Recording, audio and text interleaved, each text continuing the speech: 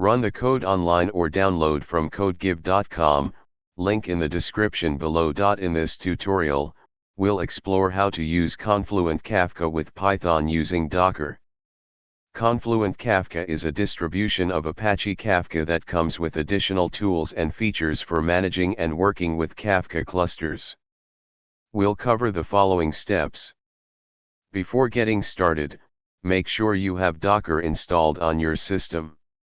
You can download and install Docker from the official website, https://www.docker.com/get-started. Also, ensure you have Python installed on your system. You can download Python from https://www.python.org/downloads. First, we need to create a docker-compose file to set up a Kafka cluster. Create a file named docker-compose.yml with the following contents.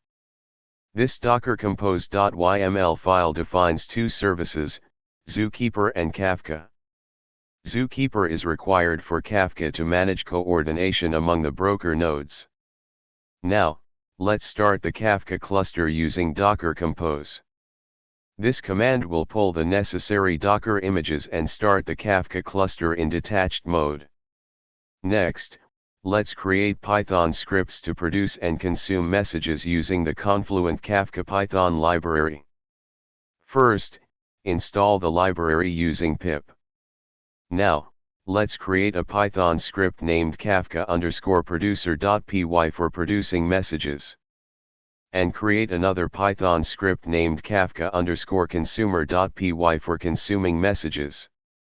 Now, you can run kafka_producer.py to produce messages and kafka_consumer.py to consume messages. Open two terminal windows and run each script in a separate window. You should see the messages being produced by the producer script and consumed by the consumer script. That's it.